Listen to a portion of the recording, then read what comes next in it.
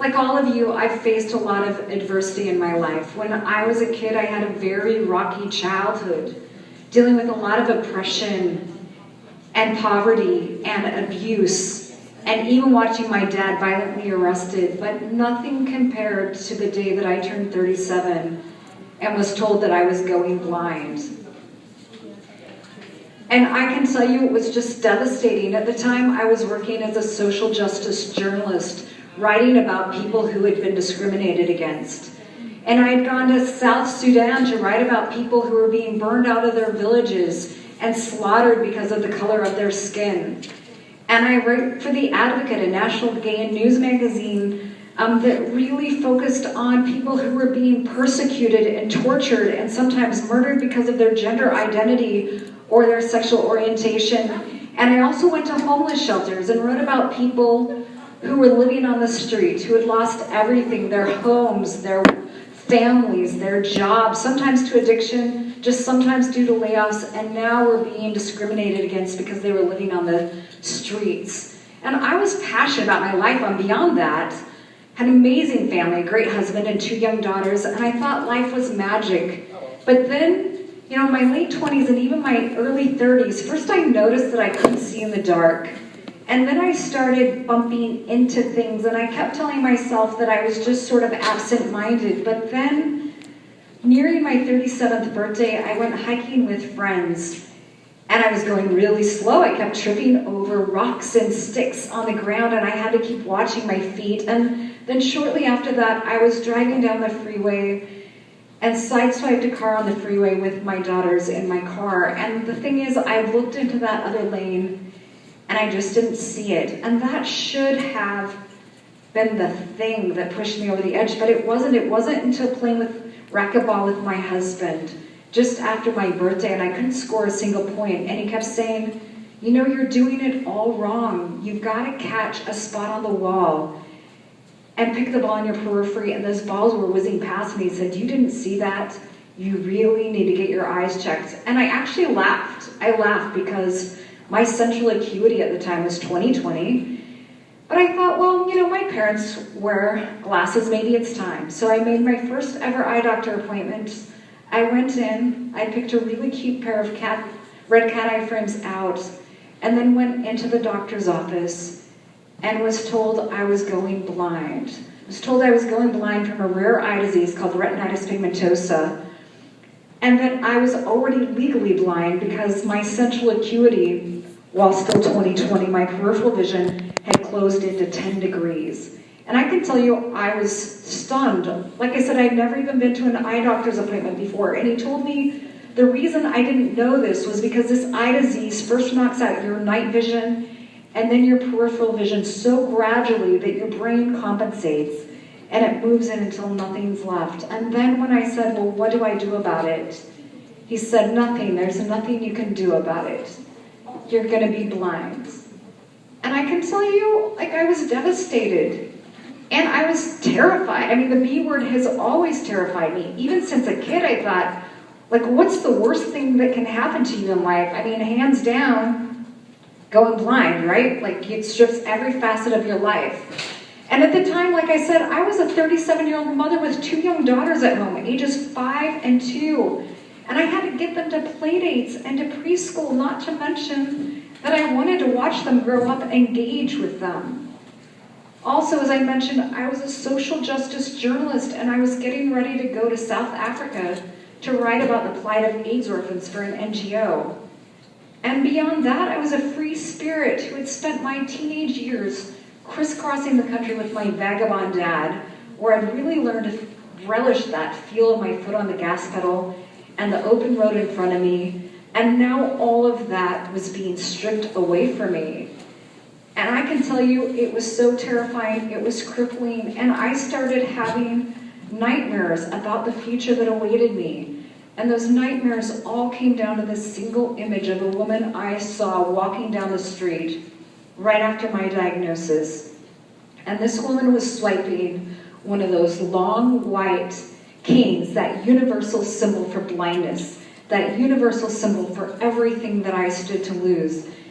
And I can see her so clearly in my mind. She was dressed in red, all red, a red skirt, and a matching red jacket, I mean fire hydrant red, and a matching red hat that sat on her disheveled brown hair. And she wore this bright blue eyeshadow and this orange-red clashing lipstick.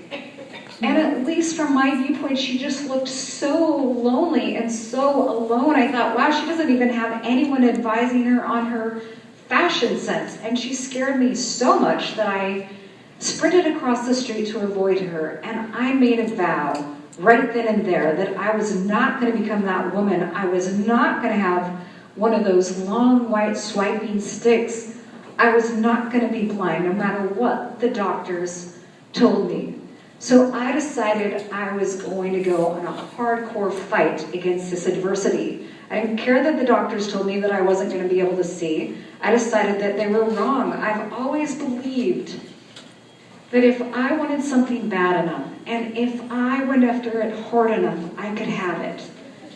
So that's what I did. I flew down to San Francisco to meet with a doctor who focuses on whole body health with an emphasis on eyesight. And I set out on this quest to see.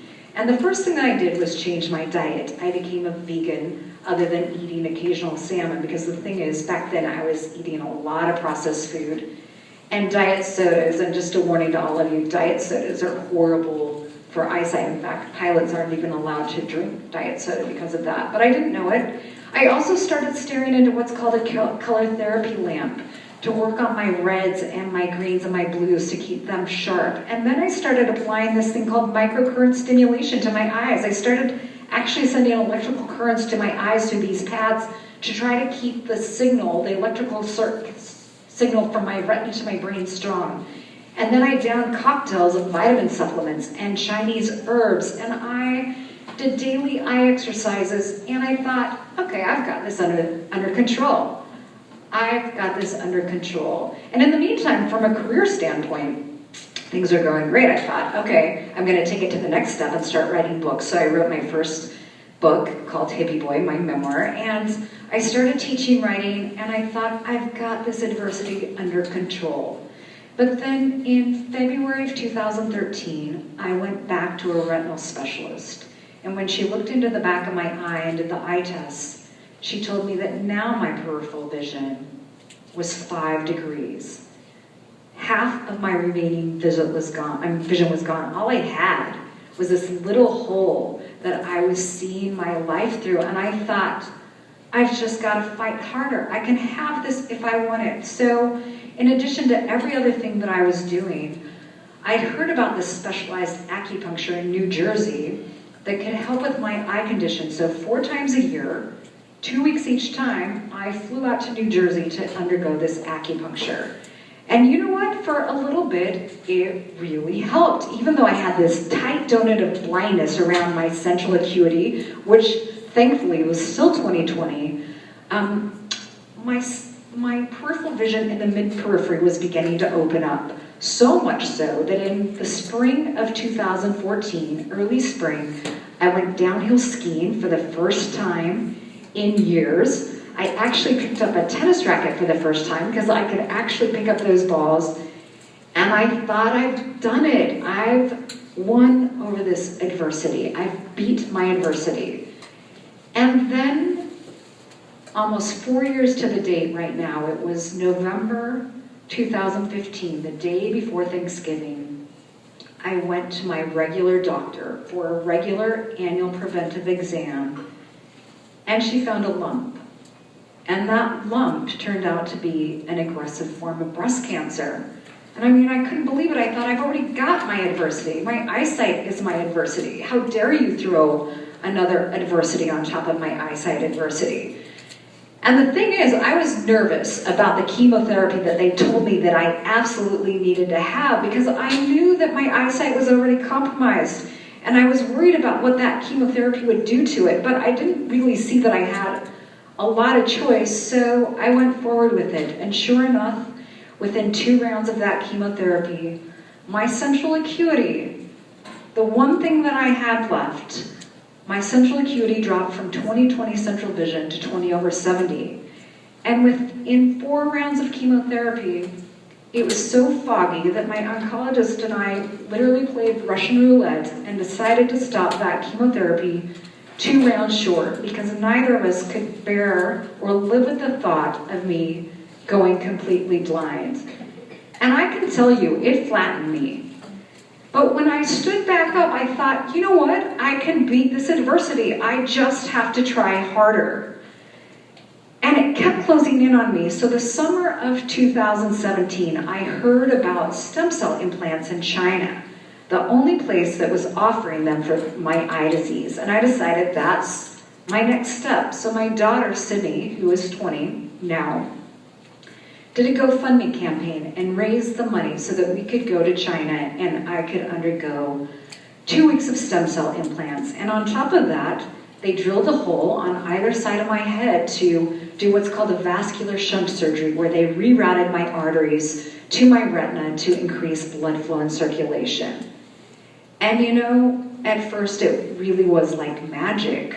For the first time since I was in my 20s, I could see in the dusk. And even though I still had that tight donut of blindness, my central acuity increased so much that in one eye with reading glasses, I got to 20/25, and in the other eye, 20/65. And once again, I thought I'd won. I thought I had beat my adversity. But then early last year, in January of 2018, my color vision began to fade. And I noticed that everything started taking on this greenish-gray hue, like the aftermath of a nuclear holocaust. And then within a couple of months after that, I noticed that my light perception was starting to dim. No longer could I see in the dusk, but I was even beginning to struggle seeing in the day. I needed more and more light. And then last summer, in July of 2018, I realized when looking at my iPhone that I could no longer make out the words or the numbers on that screen. And by September of last year, just as I was wrapping up a book project for a client, I realized that I could no longer make out the words on my computer screen. And I would say within a day or two after that, I walked outside and realized that now that greenish-gray hue had turned into such a green-gray dense fog that I could no longer see down the block or even a foot in front of me. And it was around this same time that I noticed that I could no longer make out my face in the mirror. And then I realized that I could no longer make out the face of my husband or my 2 daughters, Sydney and Hannah. The 3 people that I loved most were gone.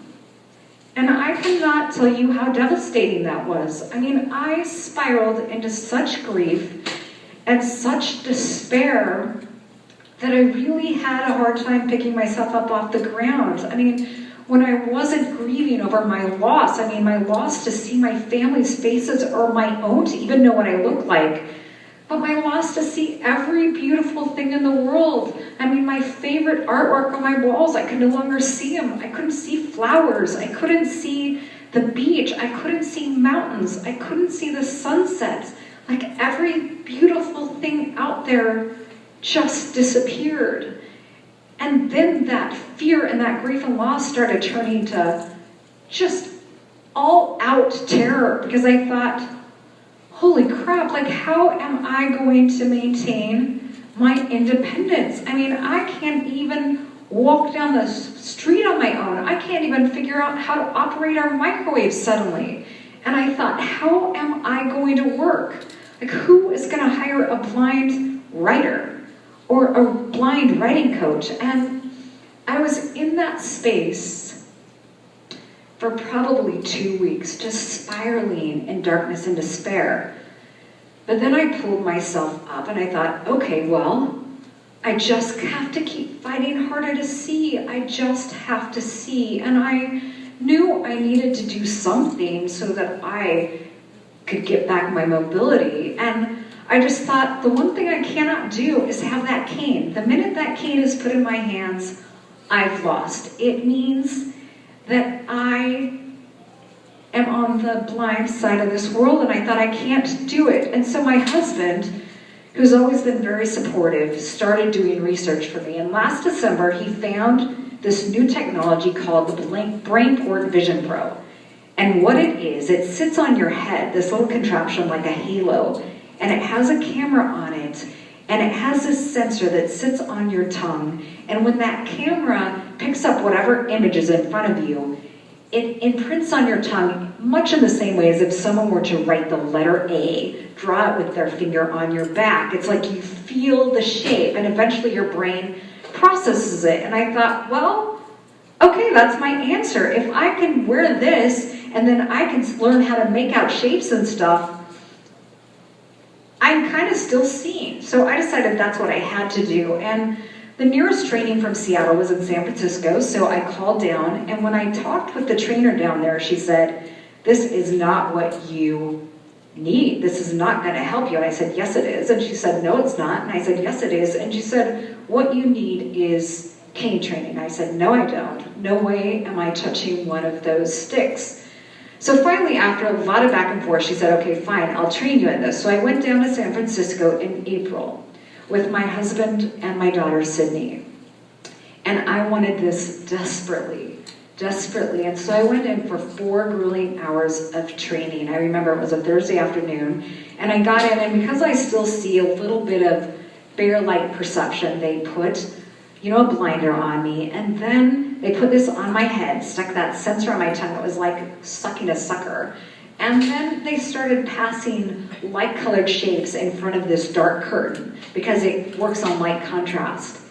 And I'm telling you, every time something passed, I was getting this zap, this electrical zap on my tongue. And I could figure out what a ball was, but any other shape, I couldn't figure it out. It was just these zaps on my tongue that hurt. And beyond that, I'm drooling out of the side of my mouth because I'm trying to hold this sucker in my mouth. It's like, this isn't working. But I went home that night to our Airbnb, and I just vowed, it's like, I've got to try harder. This has got to work for me. I cannot get one of those canes in my hand. And the next day I went in and I said, let's take this outside. So we went outside, and I started walking along the sidewalk, and now I'm getting zapped everywhere. If there was a crack in the sidewalk, I'd get zapped sideways across my tongue. If the side of the sidewalk hit, it would zap me the other way. And every object, whether it was a person or a sign or the side of the wall, was just zapping me all over the place. So finally, after a few minutes, I took it off, and I looked at that mobility trainer, and I said, you're right. You're right, it doesn't work. And the next thing I knew, I was walking down the streets of San Francisco with one of those long, white, swiping sticks, while the mobility trainer walked behind me, calling out instructions. And I had to bite my lip to keep from breaking out in sobs, and I was so angry, so pissed off. I wanted to take that stick and slam it into every person and every object I came across. I was just so angry, and I went back home, and now I really spiraled because I thought, wow, I've lost. And that stick, even though I did not take one home, I said, I'm never doing that in Seattle. That stick made my inability to see my daughter's faces so final that I thought, I just don't know if I can go on. I mean, my daughters now, I have a 20-year-old daughter who's at the University of Washington, and I have another daughter, Hannah, who is about to graduate from high school. And I just thought, I just don't know how I can go on. But somewhere amid that grief and despair and that dark space, I remembered something that my dad always says. He says, you never know what you can accomplish as long as you keep on going. The minute you quit, you have your answer. And that's when it hit me. It's like, this does not have to be over. I can still keep fighting for my eyesight. There's still so many things, so many technological advances taking place, so much breaking in terms of medical breakthroughs. I thought I can just keep on my quest to see. But in the meantime, I'm here and I'm not seeing, and that's when something else hit me. I realized, just like all of you, because we all struggle with adversity in our lives. I know we all do. I can't believe some of the conversations that I've already had today about the hard adversity. But I realized, like any of us, that I had a choice. I could either continue to wallow in my suffering and wallow in that loss and that grief and that despair and that crippling fear, or I could harness all that energy, and harness my adversity into something powerful. And that's when I called my daughter Sydney and asked her to order a mobility cane for me. And the one thing that I held on to was, I refuse to do one of those white ones. I refuse to have this B word be my identity. I am not the B word. So it turns out there's one company that makes colored mobility canes. So I ordered a purple one that I'll show you after this. But I ordered a purple one and I dubbed it Purple Power. And when that cane came, I just had to sit with it. Because it was hard. I mean, we all face a lot of hard things in our life, and I think the hardest thing that I've ever done is summon up the courage to take that cane out into my neighborhood and admit to the world that I could no longer see. But I finally did it. And like I said, it was emotionally hard. But for the first time in several months, between Purple Power and the mobility apps on my iPhone, I was able to make the mile walk from my husband's office, from our house to my husband's office that I share with him. First time in months. And I just had to really think about it, because I don't want to navigate my world with a stick. I just don't want to do it. That is not what I had planned for my life. But I've realized that I've got a choice, just like all of you have a choice. I could either let that stick continue to traumatize me, continue to take my power, or I could use that stick to empower myself, to enable myself to reclaim my life until I no longer needed it, and I could give that stick to someone else who does. So then I really had to start thinking about it. It's like, what does it mean? What does it mean to harness our adversity? And for me, I realized that it comes down to a couple of things.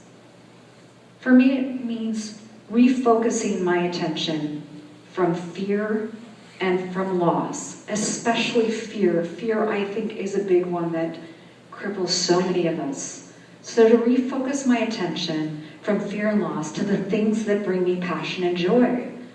I realize that it means shedding all limits. It means focusing on my biggest strengths, and it means going big.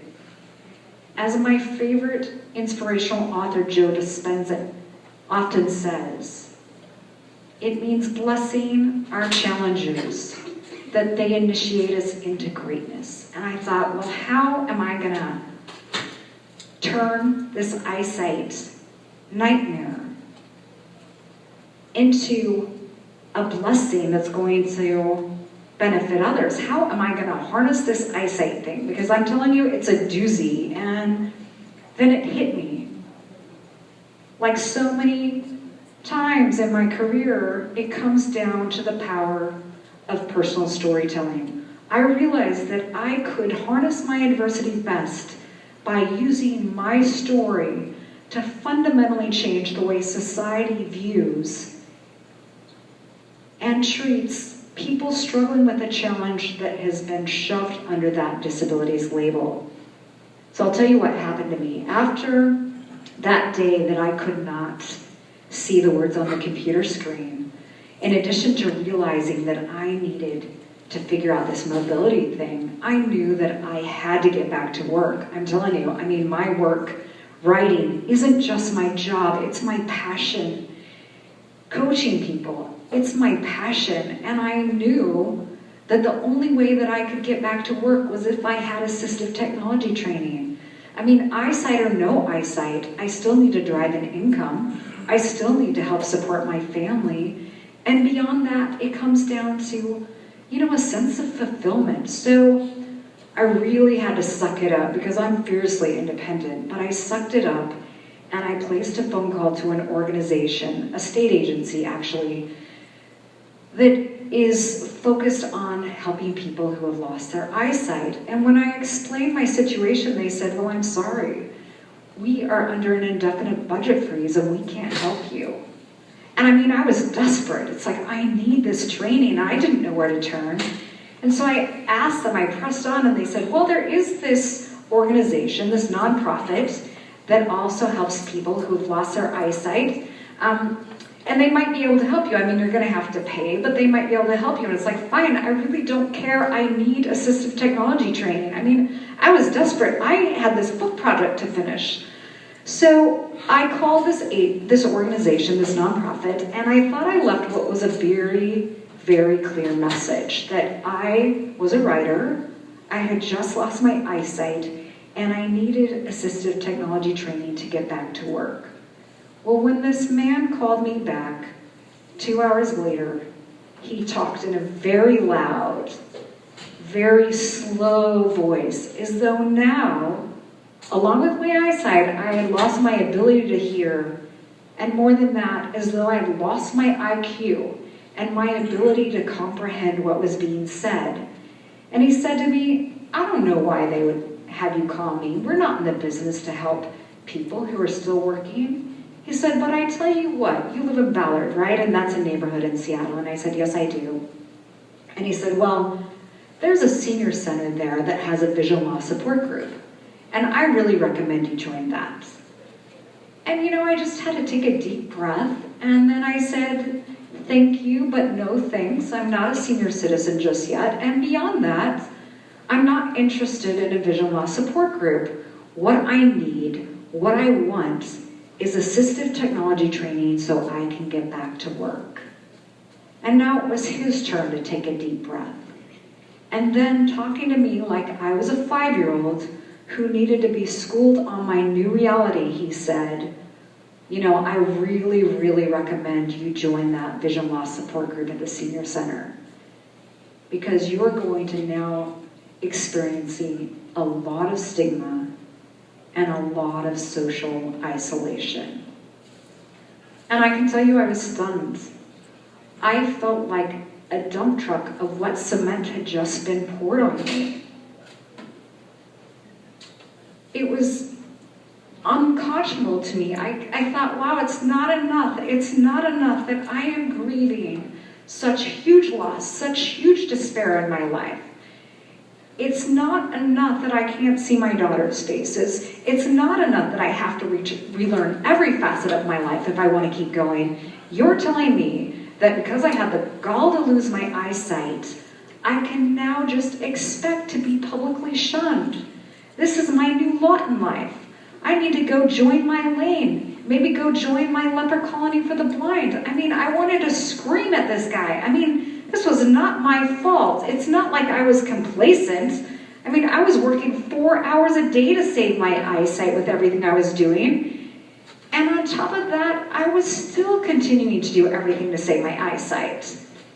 But as I continued to process what literally had slammed into me with this guy's comments, I then encountered again, because once I finally summoned up the courage to get that mobility cane training and took it out into that neighborhood, my very first day, and I'm walking and I'm trying to concentrate on listening to the mobile phone app that's announcing the cross streets that I'm crossing, I walked by this elementary school, and not 5 feet away from me, I heard this boy, maybe 8 or 9, whispering really loudly to his mom, "What's she doing?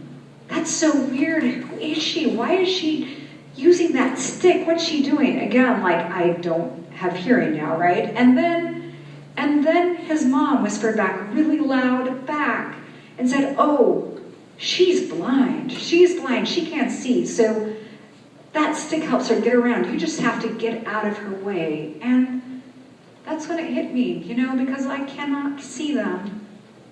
I am now, to many people, invisible. And I thought, why do we do this as a society? Why? And I thought, I don't think it's maliciousness. I think it's fear, and I think it's ignorance. And then it hit me, wow, I had done it too. Remember that woman that I first told you about, the woman that I saw walking down the street with that mobility cane and that fire hydrant red suit? Well, I had so many judgments about what her life was because of that stick. I made so many assumptions. And like I said, I sprinted across the street to escape her. She terrified me so much. Had I not seen that stick, I would have just thought of her as eccentric. But because I saw that mobility stick, which equaled blindness, I made so many judgments. And I thought, well, wow, if it took me losing my eyesight for my blinders to be removed in this area, I am going to do something about it. And again, I realized it comes down to the power of personal storytelling. The first time I really understood the power of our stories to foster the awareness, the understanding, and the empathy necessary to drive change was shortly after my memoir, Hippie Boy, was published.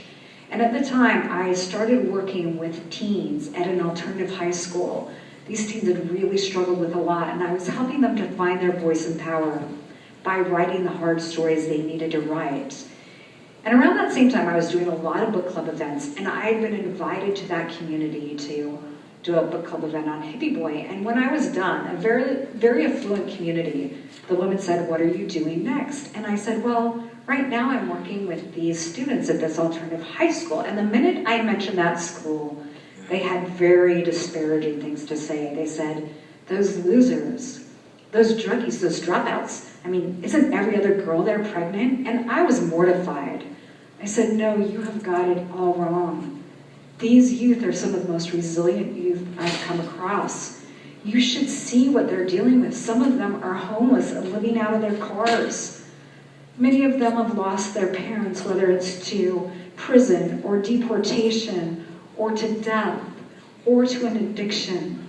Some of them have undergone really extreme abuse, but they're still pulling themselves up every day and they're still getting themselves to school. And these women weren't hearing me. And I left there pretty discouraged. But at this school, after these students wrote their stories, we decided to hold a reading and celebration. And when they started sharing their stories, there was just electricity in the air. All the students were suddenly saying, that's my story too. And they realized that they'd all walked around with masks on. I mean, we all do it, and I think social media makes this even worse. We think that everybody else's life is perfect. We think that no one is really struggling, so we hold on to these stories inside of us, and we hold on to our struggles and our deep pain, and we think that we are all alone. So it was so incredible and transformative for these students that we decided to capture their stories in an anthology. And that June, right after school let out, we decided to hold a book event for these students in a local yogurt shop so that a few friends and family could come by and congratulate them. Well, we had also sent out a press release, and this producer at a morning show in Seattle called New Day Northwest, some of you may be familiar with it, decided to have those students on the morning of their book events. And 3 of those students were able to get on and talk about their incredible adversity. I mean, they had dealt with such hard things, but they also talked about what they were doing to stand back up and keep going. And I'm telling you, it was like magic. That afternoon, 400 people from that community, that same community who considered these teens throwaways, who viewed them as losers, and druggies and dropouts. 400 people lined up around the block to meet these youth who they now understood, like me, that they were some of the most resilient people they'd encountered because they knew their stories. So that's how I am using my adversity. I am taking this eyesight thing and I am flipping it on its head. I'm challenging everybody. I'm challenging all of you to think about your own story of struggle and to recognize that we all have challenges. Every one of us do. And I want you to think about your struggle, and I want you to think about if it were visible, if, like me, you had it branded on your forehead, if people would view it as a disability. I don't know why in society some challenges we gather around and rally around and others that we don't. But I can tell you, I mean, when I had cancer and I was undergoing that aggressive chemotherapy, I was absolutely disabled. I mean, I was so flattened and sick I couldn't get out of bed for days. But people weren't shunning me on top of it. They were sending me casseroles, man, and they were calling to see how I was doing and coming by. And again, so that's how I'm harnessing my adversity, helping everyone I encounter to really rethink the way they view and define the word disabilities. So here's the thing, though. It's like, okay, so I've done it, but how did I do it? Because I can tell you, okay, the easy part was deciding I'm going to harness this adversity. But how do I get there, and how do all of you get there from being flattened on the floor with grief and despair or stress or depression? How do you get from that to kicking ass? Like, how do you do that? And for me, it started with self-love. I don't know why we all do this, but we are all so mean to ourselves. We are all bullies. And I can tell you, when my eyesight got knocked out, I was so cruel and demeaning. It's unbelievable to me. I told myself all sorts of negative stories. I told myself, wow, I'm worthless. Like I'm nothing. I am a burden to my family. I failed. Despite everything I did, I failed because I lost my eyesight. I lost. I told myself that I was never going to work again. I told myself, like, who's going to hire a blind writer? I told myself such mean, negative stories, and it was a psychologist turned intuitive healer that I reached out to right as I was in the throes of that darkness that helped me start seeing this. She said, why in the world are you telling yourself these negative stories that now you're weak? Why are you telling yourself that now I'm done? Now I can't work. Now I'm worthless. Now I don't have an ability to impact people's lives. She said, my dear, these are just stories. And you need to start telling yourself some different ones. So that's where I started in this harnessing adversity journey. I started changing the stories I tell myself.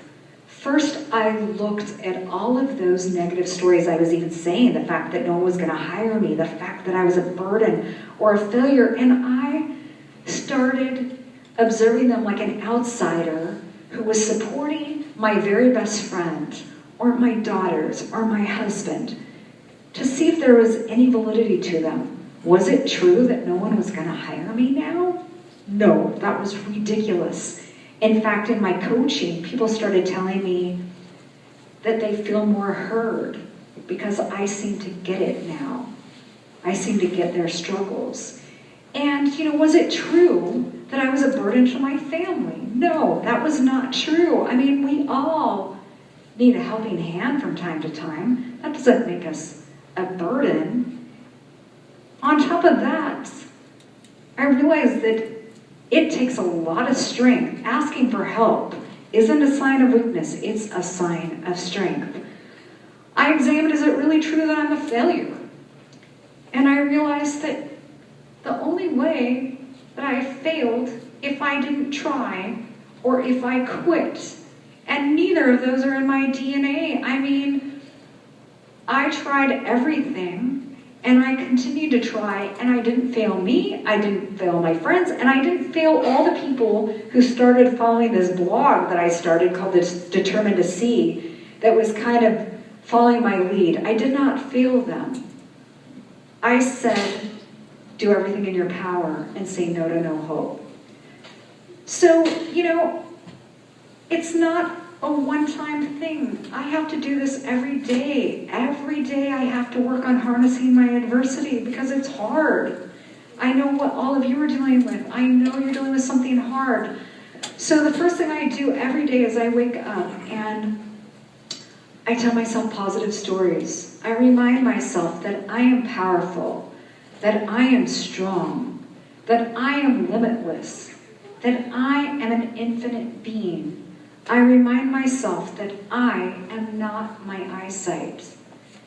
But then the next thing I do, if I'm still struggling, because some days, some mornings I wake up and it's just hard. So the next thing I'll do if I'm having a tough one is that I'll go into my living room and I will crank up James Brown's I Feel Good on my iPhone, and I'll do a happy dance in my living room, for real. And my husband will say, what are you doing? And I'll say, I'm doing a happy dance. And it sounds silly, but when you start jumping around to high upbeat music, it actually gets your endorphins going. The next thing that I do, and it sounds so simple, but I'm telling you, if you all just did this, I practice gratitude. Every day now when I walk to the office with my husband, I say out loud three things that I am grateful for. And then I say to him, what are you grateful for? And name it out loud, 3 things. And every day I try to pick something different. Because here's the thing about this. Think of your life, all of our lives, like a coin. And on one side of that coin is everything we've lost. It's our grief. It's our despair. It's our stress. It is all the bad in our life. But the other side of the coin is everything that's right in our life. It's our blessings, and it's our gifts, and it's everything that we've been given. And we all have both sides. But the thing is, and this is scientific fact, it's quantum physics, that what we focus on, we energize. And what we energize, we expand, and we draw back to us. Which is why, if I wake up and I start spiraling down on that loss and despair, it just pulls me further and further into that hole. So now what I do, and I can't say that I'm perfect, but I really now make a conscious effort. When I am on that lost side of that coin, I really consciously flip my attention and thoughts to that blessing side of the coin, and it's made all the difference in my life. So now I want those of you who are here to think about your own adversity. I want you to think about the challenges right now in your life that you're facing. I know just being a student can be very stressful, juggling school and work and trying to get through. I want you to think about your adversity and think about whether your adversity is harnessing you or whether you are harnessing your adversity. I want you to think about it. I want you to think about, for a minute, the stories that you're telling yourself. Are you doing what I was doing? Are you telling yourself demeaning stories about how bad your life is, about who you are, about your self-worth, about what you can accomplish?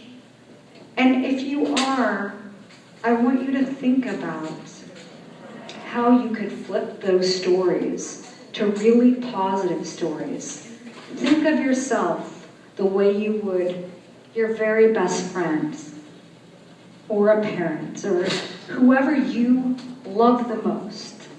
Love yourself. Think of you like that person and the encouraging words you would tell that person. I know if you're not already in the workforce, that's why you guys are going to school. And I don't know if any of you have heard the buzzword emotional intelligence, but it is batting around every business and every organization out there. everybody's clamoring to have emotional intelligence because they've realized that if you treat employees and staff with empathy and understanding, you create a happier, healthy, more productive work environment. And I want you to think about your adversity and think about how that can help be an asset to your future employee. Because think about it. If you harness your adversity, that becomes resilience, right? Your adversity is what gives you depth. It's what gives you strength. I mean, as much as I hate to think that there is any plus side to this I thing, I've realized that it's given me more empathy, and I've realized it's given me a passion to help change society's viewpoints, So there are upsides, and if you can do that, if you can harness your adversity and resilience, you bring so much depth and so much empathy, and this is what businesses want now, far beyond just what is on your resume or your experience. So I just want to leave you with this thought, and then if any of you still have time to stay around, we can have a discussion. But the thing that I've learned over and over and over again is that life throws hard things our way. And just because life throws one adversity and you overcome that one, you figure your way over it or dig a trench under it to get the other side, doesn't mean life's not going to throw you others. You cannot, as much as I try to control my adversity. And the thing is, like I said, I had a rocky childhood, and I thought, well, that was my adversity. And then, I get slapped with this eye thing, and I thought, that's my adversity. Then I get slapped with the aggressive cancer, that then in turn knocks out my eyesight. And the thing is, I've realized what we can't control is we cannot control our destiny necessarily. We can't control what's thrown at us, but we can control what we do with it. And you all have a choice. You can let your adversity flatten you, or you can do what I'm doing every day. You can dig down, and you can turn that adversity on its head, and you can harness it into something incredible that is going to benefit everyone you touch. And imagine if we do this. Imagine the magical, incredible world we can create.